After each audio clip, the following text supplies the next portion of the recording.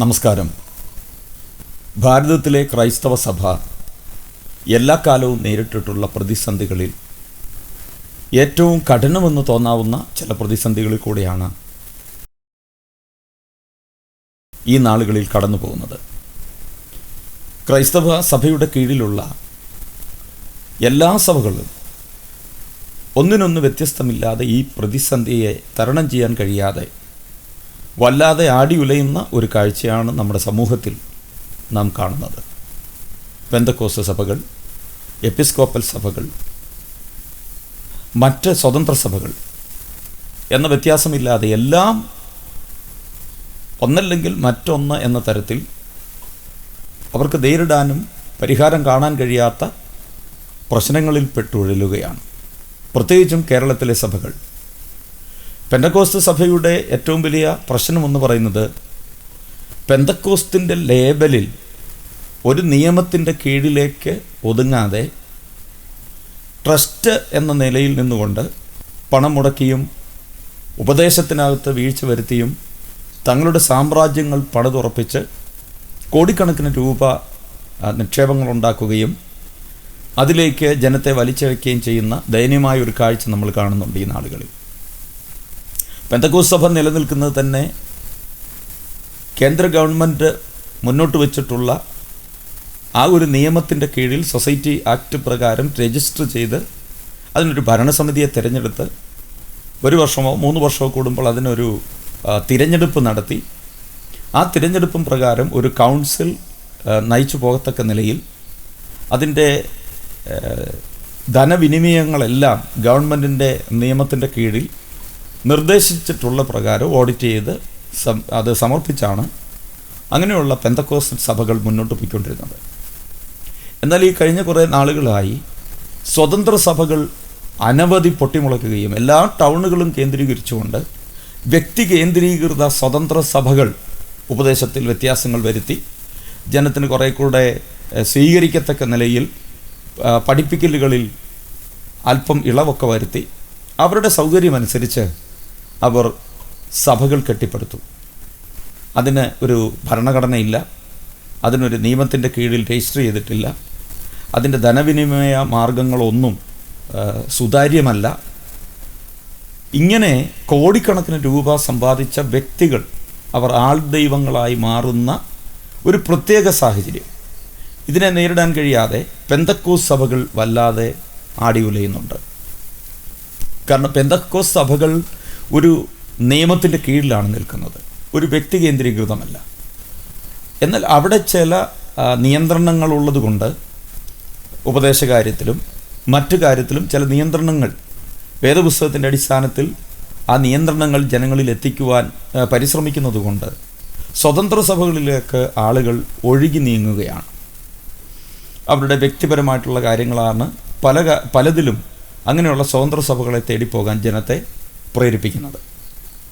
അങ്ങനെയുള്ള വ്യക്തികൾ ഓരോ പട്ടണങ്ങൾ കേന്ദ്രീകരിച്ച് വലിയ വലിയ സാമ്രാജ്യങ്ങൾ, ബിസിനസ് കേന്ദ്രങ്ങൾ, അവരുടെ ധനവിനിമയം സുതാര്യമല്ലാതെ വ്യക്തി കേന്ദ്രീകൃതമായി ആ പണമെല്ലാം ചെലവഴിച്ച് ആഡംബര ജീവിതത്തിനും ആർഭാട ജീവിതത്തിനും വിദേശങ്ങളിലുള്ള മുതൽ മുടക്കിനും ഒക്കെ അവർ ആ പണം ചെലവഴിക്കുന്നു. ചോദിക്കാൻ ആരുമില്ല. ഒരു കമ്മിറ്റിയോ ഒരു നടത്തിപ്പോ ഒന്നും ഇതിൻ്റെ പിന്നിലില്ല. ഒരു ഒറ്റയാൾ പട്ടാളം പോലെ ഇങ്ങനെയുള്ള കേന്ദ്രങ്ങൾ തഴച്ചു വളരുന്നത് പെന്തക്കോസ്ത് സഭകളുടെ ഏറ്റവും വലിയ പ്രതിസന്ധിയായി മാറിയിരിക്കുകയാണ്. അപ്പോൾ തന്നെ ഭാരതത്തിലെ ഏറ്റവും വലിയൊരു സഭയെന്ന് പറയത്തക്ക നിലയിൽ കത്തോലിക്ക സഭയോട് ചേർന്ന് നിൽക്കുന്ന ഓർത്തഡോക്സ് യാക്കോബായ സഭകൾ അവർ അനുഭവിക്കുന്ന പ്രതിസന്ധി എല്ലാ ജനങ്ങൾക്കും അറിയാവുന്നതാണ്. യാക്കോബയ ഓർത്തഡോക്സ് അത് വർഷങ്ങളായി നിലനിൽക്കുന്നതാണ്. ഫലത്തിൽ യാക്കോബ സഭയുടെ സ്ഥാവര ജംഗമ വസ്തുക്കളെല്ലാം ഓർത്തഡോക്സ് സഭയുടെ കൈകളിലേക്ക് പതിയെ വന്നു ചേരുന്ന ഒരു കാഴ്ചയാണ് സമൂഹം കണ്ടുകൊണ്ടിരിക്കുന്നത്. അതിനവർക്ക് നിയമപരിരക്ഷ നേടത്തക്ക നിലയിൽ ഓർത്തഡോക്സ് സഭ ആ നിയമത്തിൽ എങ്ങനെയോ യാക്കോബ സഭയ്ക്കില്ലാത്ത ചില പ്രത്യേകതകൾ ചേർത്ത് അവർ രജിസ്റ്റർ ചെയ്യുകയും അങ്ങനെ വ്യവഹാരങ്ങളിൽ കൂടെ കോടതിയിൽ നിന്ന് അവർക്ക് സാധ്യത കൂടുതൽ ലഭിക്കുകയും യാക്കോബ സഭകൾ പണിത പല പള്ളികളും സെമിത്തേരികളും ഒക്കെ ഓർത്തഡോക്സ് സഭയുടെ പേരിൽ നിയമപരമായി തന്നെ പിടിച്ചെടുക്കത്തക്ക നിലയിൽ വലിയ സാമൂഹിക പ്രശ്നം, ഒരു ലോ ആൻഡ് ഓർഡർ സിറ്റുവേഷൻ എന്ന തരത്തിലേക്ക് അത് കഴിഞ്ഞ കാലങ്ങളിൽ ഒരു ഗവൺമെൻറ്റിനും കൈകാര്യം ചെയ്യുവാൻ കഴിയാതെ ഒരു കീറാമുട്ടി എന്ന വണ്ണം ആ പ്രശ്നവും നിലനിൽക്കുകയാണ്. റോമൻ കത്തോലിക്ക സഭയുടെ കാര്യം നാം എടുക്കുകയാണെങ്കിൽ, ഒരു പ്രദേശത്ത് ഒരു സഭ പ്രവർത്തനം ആരംഭിച്ചു. അവിടുത്തെ വിശ്വാസികൾ ആളുകൊണ്ടും അർത്ഥം കൊണ്ടും അവർ ആ സഭയ്ക്ക് വളർച്ചയ്ക്ക് വേണ്ടുന്ന എല്ലാ കാര്യങ്ങളും ചെയ്ത് അവർ നന്നായി ഇടവകയോട് സഹകരിച്ച് അച്ഛന്മാരെ പരിപാലിച്ച് അവർ പിരിവുകളും അവരുടെ സ്തോത്ര കാഴ്ചകളും സഭയ്ക്ക് വേണ്ടുന്ന എല്ലാ കാര്യങ്ങളും ചെയ്തു കൊടുത്ത് ആ സഭ അവിടെ വളരുന്നതിനോടൊപ്പം വസ്തു വാങ്ങി ഒരു ചർച്ച് പണിയുന്നത് വരെ ഉള്ളൂ ആ ജനങ്ങൾക്ക് ആ സ്ഥാവര ജംഗമ വസ്തുക്കളുടെ മേലുള്ള അവകാശം. ഒരു വസ്തു വാങ്ങി ഒരു ചർച്ച് പണിത്, ഒരാലയം പണിത്, അത് കൂദാശ ചെയ്ത് പ്രതിഷ്ഠിച്ച് കഴിഞ്ഞാൽ പിന്നെ അവിടെയുള്ള ഒരു വിശ്വാസിക്കും ഒരു തരത്തിലും ആ വസ്തുവിൻ്റെ മേലോ ആ ചർച്ചിൻ്റെ മേലോ യാതൊരുവിധ അവകാശവുമില്ല. അത് ആ സഭയുടെ മേലധ്യക്ഷൻ്റെ കീഴിലാണ്. അങ്ങനെ മേലധ്യക്ഷന്മാർ കഴിഞ്ഞ നാളുകളിൽ അവരുടെ പേരിലുണ്ടായിരുന്ന, ഇല്ലെങ്കിൽ അവരുടെ അധികാരത്തിന് കീഴിലുണ്ടായിരുന്ന ചില വസ്തുവകകൾ ക്രയവിക്രയം നടത്തിയത് വലിയ വിവാദ വിഷയമായി. അപ്പോൾ ആ സഭയും അത്തരത്തിൽ ജനങ്ങൾക്ക് ഒന്നും ചെയ്യുവാൻ കഴിയാത്ത ഒരു പ്രത്യേക സാഹചര്യത്തിൽപ്പെട്ട അവരും പ്രതിസന്ധിയിലാണ്. ഇനി മർത്തോമാ സഭയും അത്തരത്തിലൊരു പ്രതിസന്ധിയിൽ കൂടെ പോവുകയാണ്. അത് മറ്റ് വിദേശ സഭകളുമായിട്ട് ചേർന്ന് പ്രവർത്തിക്കത്തക്ക നിലയിൽ ചില നീക്കങ്ങൾ അതിനകത്ത് നടക്കുന്നുണ്ട്. അതുപോലെ എല്ലാ സഭകളെയും എടുത്തു നോക്കിയാൽ ഇങ്ങനെയൊരു വലിയ പ്രതിസന്ധി ഒരു കാലത്തും നേരിടേണ്ടി വന്നിട്ടില്ലാത്ത തകർച്ചയും പ്രതിസന്ധിയും എല്ലാ സഭകളും, ക്രൈസ്തവ സഭകളെല്ലാം നേരിട്ടുകൊണ്ടിരിക്കുകയാണ്. പ്രത്യേകിച്ചും കേരളത്തിലെ സഭകൾ. ഇവിടെയാണ് ചർച്ച് പ്രോപ്പർട്ടി ആക്ട് ബില്ലിൻ്റെ പ്രസക്തി നാം മനസ്സിലാക്കേണ്ടത്. ഞാൻ ചില നാളുകൾക്ക് മുമ്പ് ഈ ചർച്ച് പ്രോപ്പർട്ടി ആക്ടിനെക്കുറിച്ച്, ഈ ചർച്ച് ബില്ലിനെക്കുറിച്ച് ഫേസ്ബുക്കിൽ ഒരു ലൈവ് ചെയ്തിരുന്നു. അത് അനേക ആൾക്കാരത് കാണുകയും അവർ അതിനോട് പ്രതികരിക്കുകയൊക്കെ ചെയ്തു. ബഹുമാനപ്പെട്ട മാത്യൂസ് റമ്പാൻ അച്ഛനുമായിട്ട് പലപ്പോഴും ഫോൺ ചെയ്യാനും പലപ്പോഴും ഈ കാര്യത്തെക്കുറിച്ച് സംസാരിക്കാനും, അദ്ദേഹം ഈ ചർച്ച് പ്രോപ്പർട്ടി ആക്ട് ബില്ലിൻ്റെ ഒരു കോപ്പി 15 വർഷം മുമ്പ് ജസ്റ്റിസ് ആർ കൃഷ്ണയ്യർ, അദ്ദേഹമാണ് ഈ ഒരു റിപ്പോർട്ട് തയ്യാറാക്കി ഗവൺമെൻറ്റിന് സബ്മിറ്റ് ചെയ്തത്. എന്നാൽ ആ ബില്ലിൽ എന്താണ് പറയുന്നത് പോലും പൊതുജനത്തിന് അറിയാൻ കഴിയാത്ത വിധം അത് മാറി വന്ന ഗവൺമെൻറ്റുകൾ ഒരു കാരണവശാലും അത് പുറത്തു വരരുത് എന്ന നിലയിൽ ആരുടെയൊക്കെയോ സമ്മർദ്ദം മൂലം, ആരുടെയൊക്കെയോ നിർബന്ധത്തിന് വഴങ്ങി, ഇല്ലേ ആരുടെയൊക്കെയോ ഭീഷണിക്ക് വഴങ്ങി ആ പ്രോപ്പർട്ടി ബില്ല് പുറത്തു കൊണ്ടുവരാതെ, അത് പാസ്സാക്കാതെ പൂഴ്ത്തിവെച്ചിരിക്കുന്ന ഒരു സാഹചര്യമാണ്. എന്നാൽ ഇന്ന് ഈ സഭകളുടെ നിലനിൽപ്പിനും സഭകളുടെ കെട്ടുറപ്പിനും നല്ല വളർച്ചയ്ക്കും നടത്തിപ്പിനും പ്രോപ്പർട്ടി ആക്ട് ബില്ല് മാത്രമേ ഇനി ഒരു പരിഹാരമായിട്ട് അത്തരത്തിൽ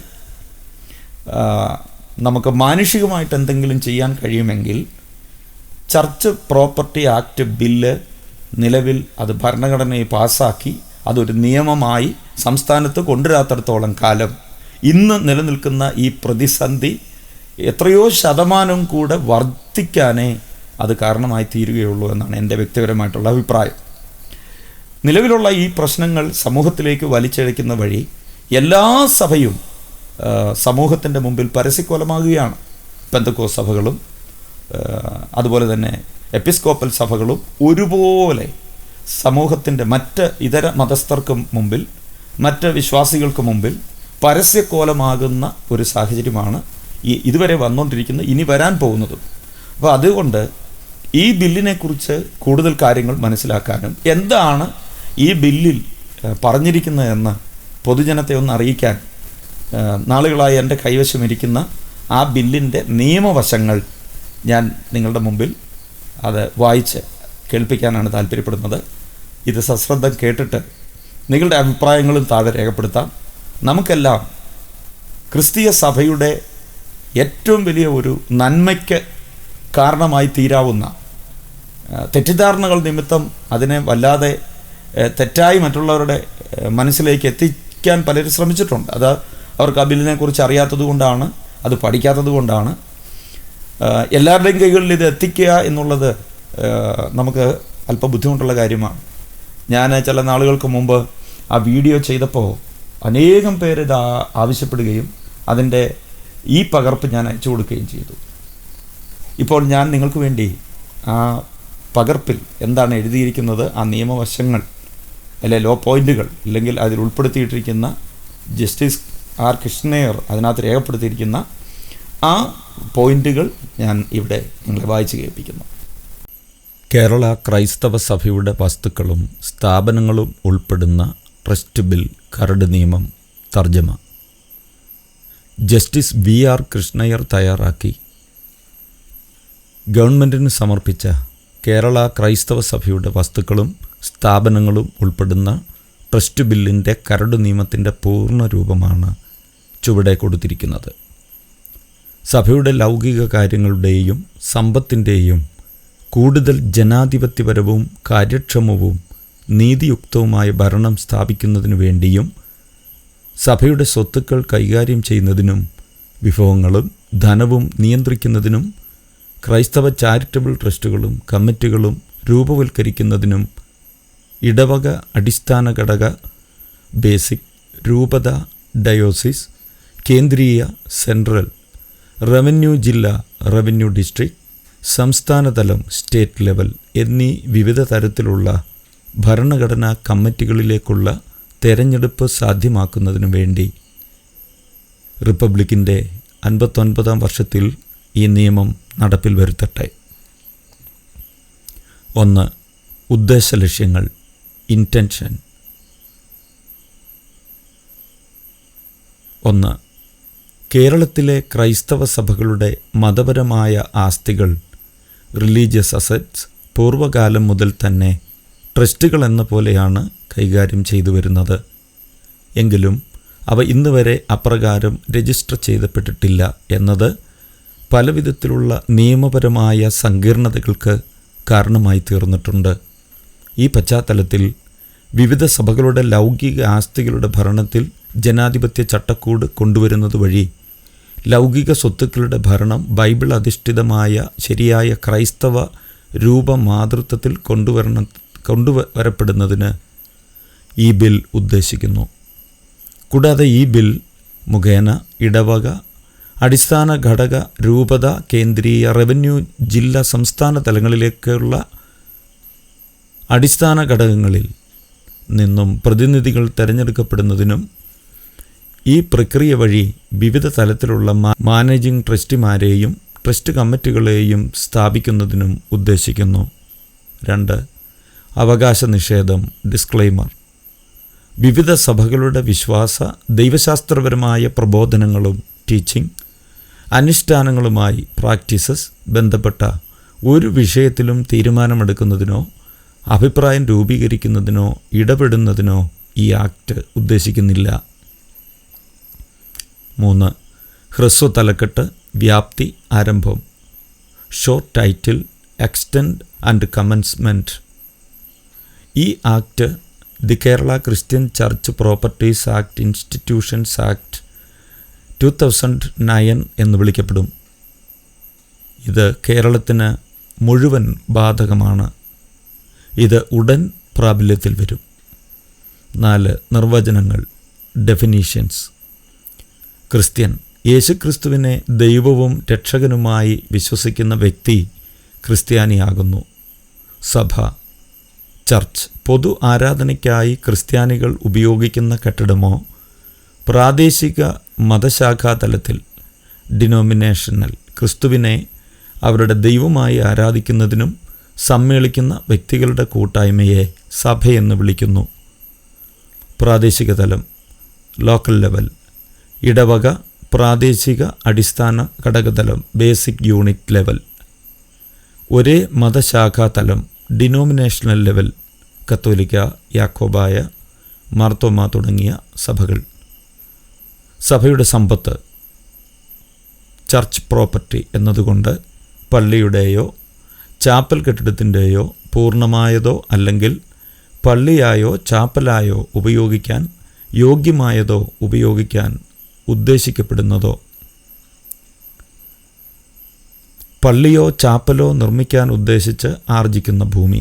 നിലവിലുള്ള പള്ളിക്ക് പകരം ചാപ്പലോ പള്ളിയോ പുതുതായി നിർമ്മിക്കുന്നതിന് ആർജിക്കുന്ന ഭൂമി. പള്ളി അങ്കണത്തിന് വേണ്ടിയോ പള്ളി അങ്കണം വിപുലീകരിക്കുന്നതിന് വേണ്ടിയോ ശ്മശാനത്തിന് വേണ്ടിയോ ബ്യൂറിയൽ ഗ്രൗണ്ട് ആർജിക്കുന്ന ഭൂമി. ഒരു പള്ളിക്ക് വേണ്ടി അല്ലെങ്കിൽ ഒരു പള്ളി ആർജിച്ച ഭൂമി, കെട്ടിടം അല്ലെങ്കിൽ മറ്റു മുതലുകൾ. പള്ളിയുടെ സ്വത്തായി ഉപയോഗിക്കുന്നതിന് വേണ്ടി പള്ളിയുടെ പേരിൽ വ്യക്തിയോ വ്യക്തികളോ വിറ്റതോ സമ്മാനിച്ചതോ സംഭാവന ചെയ്തതോ ആയ മറ്റ് സ്വത്തുക്കളും അല്ലെങ്കിൽ കെട്ടിടം അല്ലെങ്കിൽ ഭൂമി. സെമിത്തേരി, ശ്മശാനം, പള്ളിയങ്കണം, പള്ളി എന്നിവയുടെ സൗകര്യങ്ങൾ വർദ്ധിപ്പിക്കുന്നതിനും അല്ലെങ്കിൽ അവയിലേക്കുള്ള പ്രവേശനത്തിനും പ്രാപ്യത വേണ്ടി ഉപയോഗിക്കപ്പെടുന്ന അല്ലെങ്കിൽ ആർജിക്കപ്പെട്ട ഭൂമി. പള്ളിയുടെ ഉപയോഗത്തിലേക്ക് ആർജിക്കപ്പെട്ട ഭൂമിയും സെമിനാരികൾ, മതസർവകലാശാലകൾ, ആശുപത്രികൾ, സ്കൂളുകൾ, കോളേജുകൾ, അനാഥശാലകൾ, പുരോഹിതർക്കു വേണ്ടിയുള്ള ഭവനങ്ങൾ, ധ്യാനകേന്ദ്രങ്ങൾ, വാണിജ്യ കെട്ടിടങ്ങൾ, കൃഷിസ്ഥലങ്ങൾ, തോട്ടങ്ങൾ, പരിശീലന കേന്ദ്രങ്ങൾ, പ്രവൃത്തിശാലകൾ എന്നീ പ്രസിദ്ധീകരണ മാധ്യമ സംരംഭങ്ങൾ, മതബോധന സ്ഥാപനങ്ങൾ, പുനരധിവാസ കേന്ദ്രങ്ങൾ എന്നീ സ്ഥാപനങ്ങളും മറ്റ് ജംഗമ വസ്തുക്കളും. പ്രിസ്ക്രൈബ്ഡ് മീൻസ് നിർദ്ദേശിക്കപ്പെട്ട എന്നതുകൊണ്ട് ഈ ആക്ടിന് കീഴിൽ നിയമാനുസൃതം നിർദ്ദേശിക്കപ്പെട്ടത് എന്നാകുന്നു. 5. ഓരോ ഇടവക പള്ളിക്കും വേണ്ടിയുള്ള ക്രൈസ്തവ സഭാ സ്വത്തുക്കളുടെയും സ്ഥാപനങ്ങളുടെയും ട്രസ്റ്റ്. അനുഷ്ഠാനം, ആചരണം, പതിവ് രീതി, സമ്പ്രദായം, സഭാ നിയമം എന്നിവ ഉൾപ്പെടെ ഏത് നിയമത്തിൽ ഉൾക്കൊണ്ടിരുന്നാൽ തന്നെയും ഓരോ ഇടവക പള്ളിയും അതാതിൻ്റെ പേരിൽ തന്നെ ക്രൈസ്തവ ചാരിറ്റബിൾ ട്രസ്റ്റായി ഈ ആക്ട് പ്രാബല്യത്തിൽ വന്നതു മുതൽ 6 മാസത്തിനുള്ളിൽ രജിസ്റ്റർ ചെയ്തിരിക്കണം. ഈ ആവശ്യത്തിലേക്ക് വേണ്ടി മാത്രം വിളിച്ചു ചേർക്കപ്പെട്ട യോഗത്തിൽ വെച്ച് ഇടവക ട്രസ്റ്റ് അസംബ്ലി ട്രസ്റ്റിനു വേണ്ടിയുള്ള അവാന്തര നിയമങ്ങളും മെമ്മോറാണ്ടവും തയ്യാറാക്കേണ്ടതാണ്. ഈ ആക്റ്റിലും നിയമത്തിലും ഉൾക്കൊണ്ടിട്ടുള്ള നിബന്ധനകൾ അനുസരിച്ച് ട്രസ്റ്റിൻ്റെ ദൈനംദിന ഭരണം ട്രസ്റ്റ് കമ്മിറ്റി നിർവഹിക്കേണ്ടതാണ്.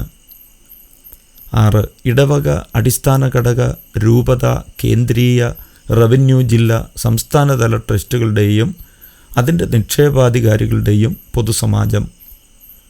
ട്രസ്റ്റ് അസംബ്ലി സമാജം എന്നാൽ എല്ലാ കുടുംബനാഥന്മാരും നാഥകളും 18 വയസ്സിന് മുകളിലുള്ളതും ഇടവക അടിസ്ഥാന ഘടകത്തിലെ അംഗങ്ങളും ആയവർ വോട്ടവകാശത്തോടുകൂടി ട്രസ്റ്റ് അസംബ്ലി രൂപവൽക്കരിക്കും. ട്രസ്റ്റ് അസംബ്ലിയിൽ വെച്ച് അടിസ്ഥാന ഘടകം ഓരോ ഇടവകയിലെ അംഗങ്ങളിൽ നിന്നും 3 ആഭ്യന്തര കണക്ക് പരിശോധകരെയും മാനേജിംഗ് ട്രസ്റ്റിയെയും മറ്റ് നിക്ഷേപാധികാരികളെയും തിരഞ്ഞെടുക്കേണ്ടതാണ്. ഓരോ രൂപത, കേന്ദ്രീയ, റവന്യൂ ജില്ലാ തലത്തിൽ ഓരോ 300 കുടുംബങ്ങൾക്കും അതിൻ്റെ ഭാഗത്തിനും ഒരംശം എന്ന നിലയ്ക്ക് ഒരു ഇടവക അടിസ്ഥാന ഘടകത്തിലെ കുടുംബങ്ങളുടെ എണ്ണത്തിൻ്റെ അടിസ്ഥാനത്തിൽ 2ാം ത്രിതല ട്രസ്റ്റ്, രൂപത, കേന്ദ്രീയ, റവന്യൂ ജില്ലാതല ട്രസ്റ്റ് അംഗങ്ങളെ ഇടവക അടിസ്ഥാന ഘടക അസംബ്ലിയിൽ നിന്നും തിരഞ്ഞെടുക്കേണ്ടതാണ്. ഓരോ ഇടവക അടിസ്ഥാന ഘടക സമാജവും സംസ്ഥാന ട്രസ്റ്റിലേക്ക് ഒരംഗത്തെ തിരഞ്ഞെടുക്കേണ്ടതാണ്. ഇടവക അടിസ്ഥാന ഘടക സമാജത്തിലെ കുടുംബങ്ങളുടെ എണ്ണത്തിൻ്റെ അടിസ്ഥാനത്തിൽ 100-നുള്ളിൽ കുടുംബങ്ങളുള്ള ഇടവക അല്ലെങ്കിൽ അടിസ്ഥാന ഘടക സമാജത്തിന് വേണ്ടി മാനേജിംഗ് ട്രസ്റ്റി അടക്കം 7 നിക്ഷേപാധികാരികളെയും അധികമായി വരുന്ന ഓരോ 100 കുടുംബങ്ങൾക്കും അതിൻ്റെ ഭാഗങ്ങൾക്കും അധികമായി 3 നിക്ഷേപ അധികാരികളെയും തിരഞ്ഞെടുക്കേണ്ടതാണ്. രൂപത, കേന്ദ്രീയ, റവന്യൂ ജില്ലാ മാനേജിംഗ് ട്രസ്റ്റിയെയും നിക്ഷേപ അധികാരികളെയും 3 ആഭ്യന്തര കണക്ക് പരിശോധകരെയും രൂപത, കേന്ദ്രീയ, റവന്യൂ ജില്ലാ ട്രസ്റ്റ് സമാജം തിരഞ്ഞെടുക്കേണ്ടതാണ്. രൂപത കേന്ദ്രീയ റവന്യൂ ജില്ലാ ട്രസ്റ്റിലേക്ക് 25 നിക്ഷേപാധികാരികളെ തിരഞ്ഞെടുക്കേണ്ടതാണ്.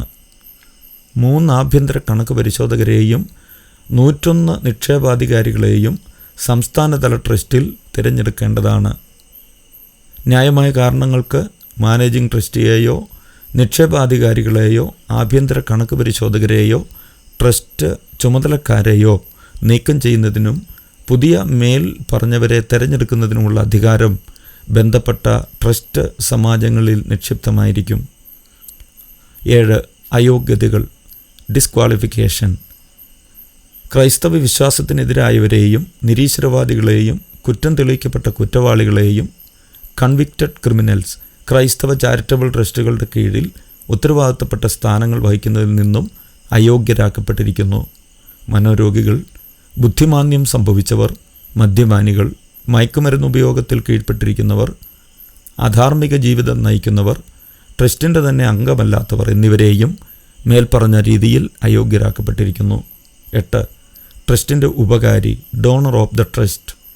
ഓരോ ട്രസ്റ്റിൻ്റെയും കാര്യത്തിൽ അതാത് ട്രസ്റ്റിൻ്റെ മാനേജിംഗ് ട്രസ്റ്റി ഡോണറായിരിക്കും ട്രസ്റ്റിൻ്റെ രജിസ്ട്രേഷൻ നിർവഹിക്കാൻ ചുമതലപ്പെട്ട ആൾ. ഓരോ ട്രസ്റ്റിൻ്റെയും മുഖ്യ വിഷയമെന്നത് സ്ഥാപനങ്ങളും ആസ്തികളും സ്ഥാവര ജംഗമ സ്വത്തുക്കളും മറ്റ് സമ്പത്തുകളും ആയിരിക്കും. ഇവയിന്മേൽ ട്രസ്റ്റിലെ എല്ലാ അംഗങ്ങൾക്കും കൂട്ടായ ഉടമസ്ഥാവകാശവും അധികാരവും ഉണ്ടായിരിക്കും. 9. ക്രൈസ്തവ ചാരിറ്റബിൾ ട്രസ്റ്റുകളുടെ registration. Kerala public charitable societies act 1966 society registration ആക്ടിലെ വ്യവസ്ഥകൾ അനുസരിച്ച് എല്ലാ ക്രൈസ്തവ ചാരിറ്റബിൾ ട്രസ്റ്റുകളും രജിസ്റ്റർ ചെയ്യപ്പെടണം. 10. രജിസ്ട്രേഷന് നൽകേണ്ട ഫീസ് സർക്കാർ നിർദ്ദേശിക്കുന്നതായിരിക്കും. 11. പള്ളി സ്വത്തുക്കളുടെ നിക്ഷിപ്തമാക്കൽ, വെസ്റ്റിംഗ് ഓഫ് ചർച്ച് പ്രോപ്പർട്ടീസ്. ഈ ആക്ടിലെ സെക്ഷൻ 50 വിധേയമായി ഒരു ട്രസ്റ്റ് രജിസ്ട്രേഷന് ശേഷം പള്ളിയുടെ എല്ലാ സ്വത്തുക്കളും സ്ഥാവര ജംഗമ ആസ്തികളും പണവും ബോർഡ് ഓഫ് ട്രസ്റ്റിൽ നിക്ഷിപ്തമായിരിക്കും. 12. ക്രൈസ്തവ ചാരിറ്റബിൾ ട്രസ്റ്റുകളുടെ കർത്തവ്യങ്ങൾ. ട്രസ്റ്റിൻ്റെ എല്ലാ ആസ്തികളുടെയും സ്വത്തുക്കളുടെയും ഭരണനിർവഹണവും താഴെ പറയുന്നവ സമാഹരിച്ച് കൈപ്പറ്റുകയും അവയിൽ നിന്നുള്ള മുഴുവൻ ആദായവും ഇടവക്കാരിൽ നിന്നും പിരിവായി ലഭിക്കുന്നതും പള്ളിയിലേക്ക് സംഭാവനയായും ട്രസ്റ്റികൾക്ക് ലഭിക്കുന്ന മുഴുവൻ പണവും സ്ഥാവര ജംഗമ വസ്തുക്കളുടെ കൈമാറ്റം, വിൽപ്പന, വായ്പ മുതലായവയിലൂടെ ലഭിക്കുന്ന പണം, ഏതെങ്കിലും വ്യക്തികളിൽ നിന്നോ പള്ളിക്ക് വേണ്ടിയോ പള്ളിയോ സ്വീകരിക്കുന്ന പണം, ട്രസ്റ്റിൻ്റെ ഭരണത്തിനും നടത്തിപ്പിനും ന്യായമായ ചിലവുകൾ ട്രസ്റ്റ് കമ്മിറ്റി കൊടുത്തു തീർക്കേണ്ടതാണ്. 13. കണക്കും കണക്ക് പരിശോധനയും, അക്കൗണ്ട് ആൻഡ് ഓഡിറ്റ്. എല്ലാ കണക്ക് പുസ്തകങ്ങളും, ബുക്ക് ഓഫ് അക്കൗണ്ട്സ്, കണക്കുകളുമായി ബന്ധപ്പെട്ട മറ്റ് പുസ്തകങ്ങളും ട്രസ്റ്റ് കമ്മിറ്റി വെച്ച് സൂക്ഷിക്കേണ്ടതാണ്. കൂടാതെ ട്രസ്റ്റി കമ്മിറ്റി നിശ്ചയിക്കുന്ന മാതൃകയിൽ വാർഷിക കണക്ക് പത്രിക സ്റ്റേറ്റ്മെൻറ്റുകളും തയ്യാറാക്കേണ്ടതാണ്. ബന്ധപ്പെട്ട വാർഷിക ട്രസ്റ്റി സമാജം നിശ്ചയിച്ച ആഭ്യന്തര കണക്ക് പരിശോധനകളിൽ ഇൻറ്റേർണൽ ഓഡിറ്റേഴ്സ്, ഒന്നോ അതിലധികമോ പേർ ട്രസ്റ്റിൻ്റെ കണക്കുകൾ പരിശോധിക്കേണ്ടതാണ്. ആഭ്യന്തര കണക്ക് പരിശോധകർ ചൂണ്ടിക്കാണിച്ച കുറവുകളും ക്രമക്കേടുകളും ട്രസ്റ്റ് കമ്മിറ്റി ഉടനെ തന്നെ പരിഹരിക്കേണ്ടതും എടുത്ത നടപടികൾ ബന്ധപ്പെട്ട ട്രസ്റ്റിൻ്റെ അടുത്ത വാർഷിക ട്രസ്റ്റ് സമാജത്തിലേക്ക് ബോധിപ്പിക്കേണ്ടതുമാണ്. 14. രൂപത കേന്ദ്രീയ റവന്യൂ ജില്ലാതല ക്രൈസ്തവ ചാരിറ്റബിൾ ട്രസ്റ്റിൻ്റെ ഭരണഘടന. 25 അംഗങ്ങളടങ്ങുന്ന ഒരു ട്രസ്റ്റ് കമ്മിറ്റിയെ രൂപത കേന്ദ്രീയ റവന്യൂ ജില്ലാതല ക്രൈസ്തവ ചാരിറ്റബിൾ ട്രസ്റ്റ് തിരഞ്ഞെടുക്കേണ്ടതാണ്. രൂപത കേന്ദ്രീയ റവന്യൂ ജില്ലാതല ക്രൈസ്തവ ചാരിറ്റബിൾ ട്രസ്റ്റിൻ്റെ എല്ലാ ആസ്തികളും സ്വത്തുക്കളും രൂപത കേന്ദ്രീയ റവന്യൂ ജില്ലാതല ക്രൈസ്തവ ചാരിറ്റബിൾ ട്രസ്റ്റ് കൈകാര്യം ചെയ്യേണ്ടതും അവയിൽ നിന്നുള്ള എല്ലാ ആദായവും സമാഹരിക്കേണ്ടതും ആ ട്രസ്റ്റിൻ്റെ ഭരണത്തിനും നടത്തിപ്പിനും വേണ്ട ന്യായമായ ചെലവുകൾ കൊടുത്തു തീർക്കേണ്ടതുമാണ്. രൂപത കേന്ദ്രീയ റവന്യൂ ജില്ലാതല ട്രസ്റ്റ് അതാത് ട്രസ്റ്റിൻ്റെ കണക്ക് പുസ്തകങ്ങളും വെച്ച് സൂക്ഷിക്കേണ്ടതും ട്രസ്റ്റ് കമ്മിറ്റി തന്നെ നിശ്ചയിക്കുന്ന മാതൃകയിൽ വാർഷിക കണക്ക് പത്രിക തയ്യാറാക്കേണ്ടതുമാണ്.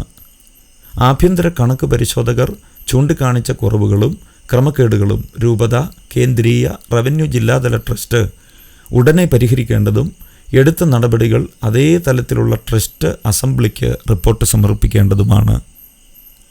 ആഭ്യന്തര പരിശോധനയും പുറമേ പ്രസ്തുത ട്രസ്റ്റിൻ്റെ കണക്കുകൾ രൂപത, കേന്ദ്രീയ, റവന്യൂ ജില്ലാതല, വാർഷിക ട്രസ്റ്റ് സമാജം നാമനിർദ്ദേശം ചെയ്യുന്ന ചാർട്ടേഡ് അക്കൗണ്ടൻറ്റ് അല്ലെങ്കിൽ ചാർട്ടേഡ് അക്കൗണ്ടൻസ് കമ്പനി മുഖേന പരിശോധിക്കപ്പെടേണ്ടതാണ്.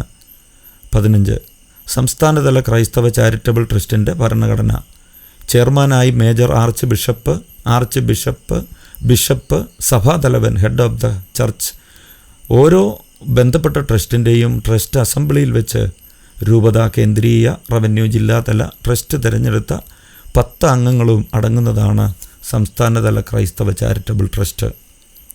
സംസ്ഥാന ക്രൈസ്തവ ചാരിറ്റബിൾ ട്രസ്റ്റിൽ നിന്നും അതിനുശേഷം 101 അംഗങ്ങളടങ്ങുന്ന സംസ്ഥാന ട്രസ്റ്റ് കമ്മിറ്റിയെ സംസ്ഥാന ട്രസ്റ്റ് അസംബ്ലിയാൽ തിരഞ്ഞെടുക്കപ്പെടേണ്ടതാണ്.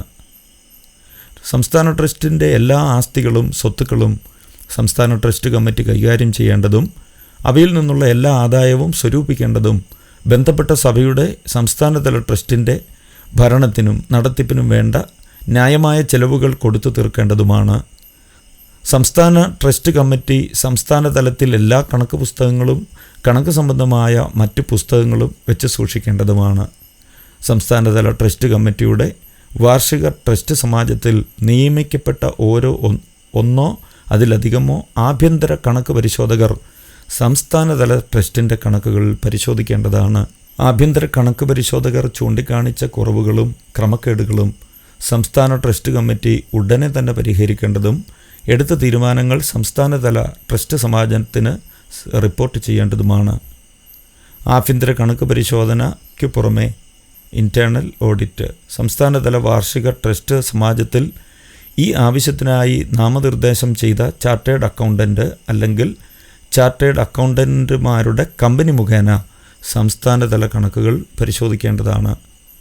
16. സഭാ കമ്മീഷണർ, ചർച്ച് കമ്മീഷണർ.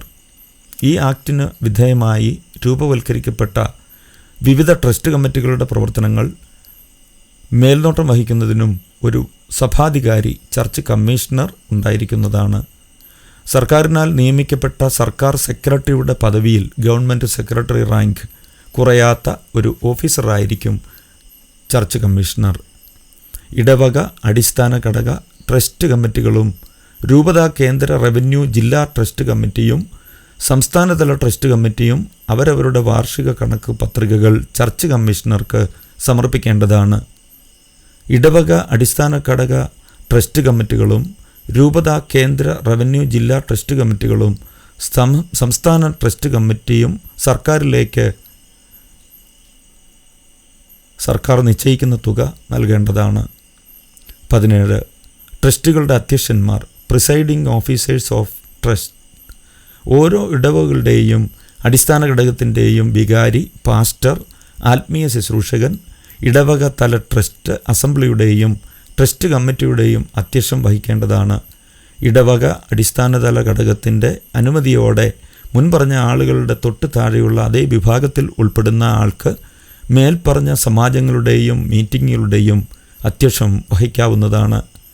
ഓരോ രൂപത, കേന്ദ്ര, റവന്യൂ, ജില്ലാ തലത്തിൻ്റെ ബിഷപ്പ്, പാസ്റ്റർ, ആത്മീക ശുശ്രൂഷകൻ, രൂപത, കേന്ദ്ര, റവന്യൂ, ജില്ലാ തല സമാജത്തിൻ്റെയും ട്രസ്റ്റുകളുടെയും അധ്യക്ഷം വഹിക്കേണ്ടതാണ്.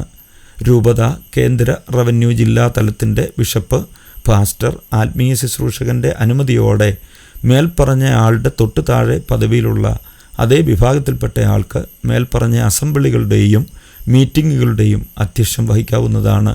ഇപ്രകാരം നിയോഗിക്കപ്പെട്ടവർ സഹായമെത്രാനോ, പുരോഹിതനോ, പാസ്റ്റർമാരോ, ആത്മീക ശുശ്രൂഷകരോ ആവാം. സംസ്ഥാന ട്രസ്റ്റ് അസംബ്ലിയിലും സംസ്ഥാനതല ട്രസ്റ്റ് കമ്മിറ്റികളുടെ കമ്മിറ്റിയിലും സംസ്ഥാനതല ആത്മീയ ആചാര്യന്മാർ, ഏതെങ്കിലും ബിഷപ്പോ അല്ലെങ്കിൽ മുൻപറഞ്ഞയാൾ നിയോഗിച്ച പുരോഹിതർ, പാസ്റ്റർ അധ്യക്ഷം വഹിക്കാവുന്നതാണ്. ത്രിതല അസംബ്ലികളുടെയും ട്രസ്റ്റുകളുടെ കമ്മിറ്റികളുടെയും അധ്യക്ഷം വഹിക്കാൻ ഈ ബില്ലിൽ ചുമതലപ്പെടുത്തിയിരിക്കുന്ന ആരെങ്കിലും ഒരാൾ അപ്രകാരം ചെയ്യുന്നതിന് വിസമ്മതിച്ചാൽ ബന്ധപ്പെട്ട മാനേജിംഗ് ട്രസ്റ്റികൾക്ക് സമാജങ്ങളുടെയും ട്രസ്റ്റ് കമ്മിറ്റികളുടെയും അധ്യക്ഷം വഹിക്കാൻ അധികാരമുണ്ടായിരിക്കുന്നതാണ്. അധ്യക്ഷം വഹിക്കാൻ നിയമപരമായി നിയോഗിക്കപ്പെട്ടവരും മാനേജിംഗ് ട്രസ്റ്റുകളും അധ്യക്ഷം വഹിക്കാൻ വിസമ്മതിക്കുന്ന സാഹചര്യത്തിൽ കേവല ഭൂരിപക്ഷ വിധിപ്രകാരം ഓരോ ബന്ധപ്പെട്ട സമാജത്തിൻ്റെ അംഗങ്ങൾക്കും ഒരു പ്രസിഡന്റിനെ തിരഞ്ഞെടുക്കാവുന്നതാണ്.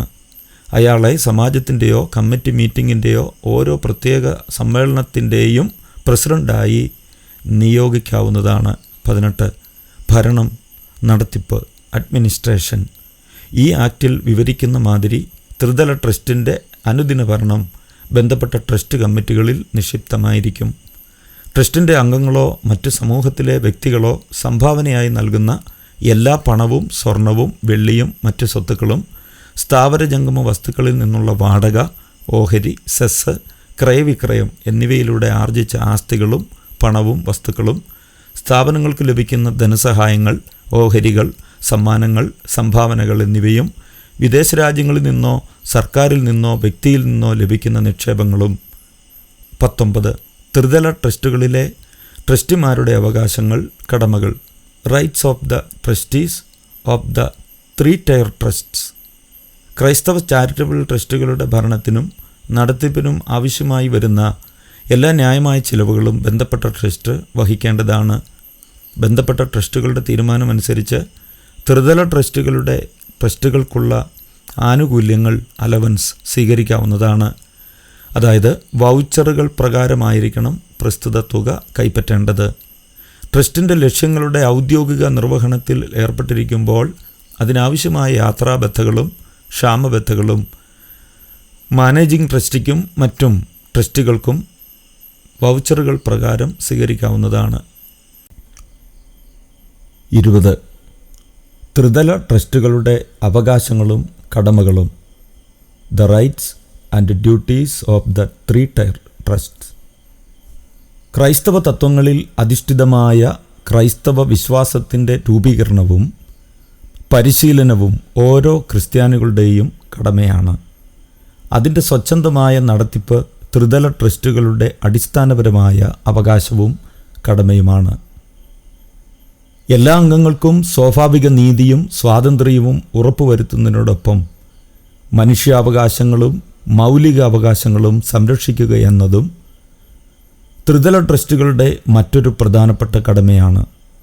ക്രിസ്തുവിനെ അവരുടെ രക്ഷകനായി സ്വീകരിച്ച ട്രസ്റ്റിൻ്റെ നിയമങ്ങൾക്കാവശ്യമായ ആധ്യാത്മിക സേവനങ്ങൾ നൽകുകയും എല്ലാ അംഗങ്ങൾക്കും സ്വാഭാവിക നീതിയും സ്വാതന്ത്ര്യവും ഉറപ്പുവരുത്തുകയും ചെയ്യുന്നതോടൊപ്പം മനുഷ്യാവകാശങ്ങളും മൗലിക അവകാശങ്ങളും സംരക്ഷിക്കുക എന്നതും ത്രിതല ട്രസ്റ്റുകളുടെ മറ്റൊരു പ്രധാനപ്പെട്ട ചുമതലയാണ്. ഇന്ത്യൻ ഭരണഘടനയിൽ പൗരന്മാർക്ക് ഉറപ്പുവരുത്തിയിട്ടുള്ള പൗരസ്വാതന്ത്ര്യവും മറ്റ് അവകാശങ്ങളും സംരക്ഷിക്കപ്പെടുന്നുണ്ട് എന്ന് ഉറപ്പുവരുത്തേണ്ടത് ട്രസ്റ്റുകളുടെ മറ്റൊരു ഉത്തരവാദിത്വമാണ്. കൂടാതെ ട്രസ്റ്റുകളിലെ അംഗങ്ങളുടെയും സഭയിലെ ആത്മീയ ശുശ്രൂഷകരുടെയും മേൽപ്പറഞ്ഞ അവകാശങ്ങളിലും മനുഷ്യാവകാശങ്ങൾ മേലും ട്രസ്റ്റുകൾ ജാഗ്രത പുലർത്തേണ്ടതാണ്. സഭയുടെ പൊതു ആത്മീയ ശുശ്രൂഷകൾക്കനുസരിച്ച് ത്രിതല ട്രസ്റ്റ് കമ്മിറ്റികൾ താഴെ പറയുന്ന ചുമതലകൾ നിർവഹിക്കേണ്ടതാണ്. ആത്മീയ ശുശ്രൂഷകരുടെ സേവനങ്ങൾക്ക് മതിയായ സൗകര്യങ്ങളും ക്രമീകരണങ്ങളും നൽകേണ്ടതും അവരുടെ അർഹതയ്ക്കനുസരിച്ച് സേവനങ്ങൾക്ക് സാമ്പത്തിക പ്രതിഫലം നൽകേണ്ടതുമാണ്. ഇടവക പള്ളികളിലും രൂപതയിലെ സഭാധികാരത്തിൽപ്പെട്ട അടിസ്ഥാന ഘടകങ്ങളിലും കേന്ദ്ര റവന്യൂ ജില്ലാതല സംസ്ഥാന തലങ്ങളിലും ക്രൈസ്തവ സർവകലാശാലകളിലും സെമിനാരികളിലും മതബോധ കേന്ദ്രങ്ങളിലും മറ്റ് സേവന കേന്ദ്രങ്ങളിലും സേവനം ചെയ്യുന്ന ആത്മിക ശുശ്രൂഷകർക്ക് കാലാനുസൃതമായ സാമ്പത്തിക പ്രതിഫലം നൽകേണ്ടതാണ്. ഇതിൽ മാസബത്തകൾ, യാത്രാബത്തകൾ, ക്ഷാമബത്തകൾ എന്നിവ ഉൾപ്പെടേണ്ടതാണ്. ട്രസ്റ്റുകളുടെ നിർദ്ദേശാനുസരണം ആത്മീക ശുശ്രൂഷകൾക്ക് വേണ്ടപ്പെട്ട താമസ സൗകര്യം ഒരുക്കേണ്ടതാണ്. സ്വമേധയാ നിയമപരമായോ ആത്മീക ശുശ്രൂഷകൾ ബന്ധപ്പെട്ട ട്രസ്റ്റ് അംഗങ്ങൾക്ക് നൽകേണ്ടുന്ന ആത്മീക ശുശ്രൂഷകൾ മുടക്കമില്ലാതെ നൽകുന്നുണ്ടെന്ന് ഉറപ്പുവരുത്തേണ്ടതാണ്. എല്ലാ ആത്മീക ശുശ്രൂഷകൾക്കും ത്രിതല ട്രസ്റ്റുകളുടെ കീഴിലുള്ള സ്ഥാപനങ്ങളിൽ ജോലി ചെയ്യുന്നവരും എന്നാൽ സർക്കാരിൽ നിന്ന് ശമ്പളവും ബത്തകളും സ്വീകരിക്കാത്ത മറ്റ് ജീവനക്കാർക്കും ശമ്പളവും ബത്തയും നൽകാൻ ട്രസ്റ്റുകൾ ബാധ്യസ്ഥമാണ്. 21. ബഡ്ജറ്റ്, വരവ് ചിലവ് കണക്കുകൾ, പ്രവർത്തന റിപ്പോർട്ടുകൾ. Budget, income, expenditure account, reports and activities.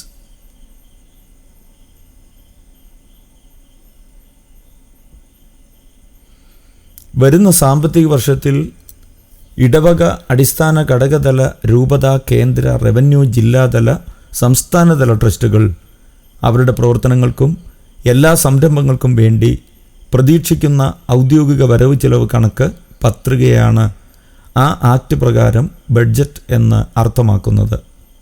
വരുന്ന വർഷത്തെ ബഡ്ജറ്റും പ്രവർത്തന റിപ്പോർട്ടും പൂർത്തിയായ സാമ്പത്തിക വർഷത്തെ വരവ് ചിലവ് പത്രികയും ആദ്യത്തെ കണക്ക് പരിശോധനാ റിപ്പോർട്ടും ചാർട്ടേഡ് അക്കൗണ്ടിൻ്റെ സാക്ഷ്യപ്പെടുത്തിയ പരിശോധനാ റിപ്പോർട്ടും സഹിതം ചർച്ചയ്ക്കും അംഗീകാരത്തിനുമായി ബന്ധപ്പെട്ട ട്രസ്റ്റ് സമിതികൾ നിർദ്ദേശാനുസരണം സമർപ്പിക്കേണ്ടതാണ്. 22. പിഴശിക്ഷ, പെനാൽറ്റി. ഏതെങ്കിലും സഭാ നിയമത്തിലോ അനുഷ്ഠാനത്തിലോ പതിവ് സമ്പ്രദായത്തിലോ ഉൾപ്പെട്ടിരുന്നിട്ടുണ്ടെങ്കിൽ ഈ നിയമത്തിലെ വ്യവസ്ഥകൾ ഏതെങ്കിലും ലംഘിക്കുന്നത് രാജ്യത്തെ സിവിൽ ക്രിമിനൽ നിയമത്തിന് കീഴിൽ ശിക്ഷാർഹമാണ്. 23. നിയമനിർമ്മാണത്തിനുള്ള അധികാരം, പവർ ഓഫ് പ്രിസ്ക്രൈബ് റൂൾസ്. ഔദ്യോഗിക ഗസറ്റിൽ പ്രസിദ്ധപ്പെടുത്തി സംസ്ഥാന സർക്കാരിന് ഈ ആക്ടിലെ വ്യവസ്ഥകൾ നടപ്പിലാക്കാനുള്ള നിയമങ്ങൾ ഏർപ്പെടുത്താവുന്നതാണ്.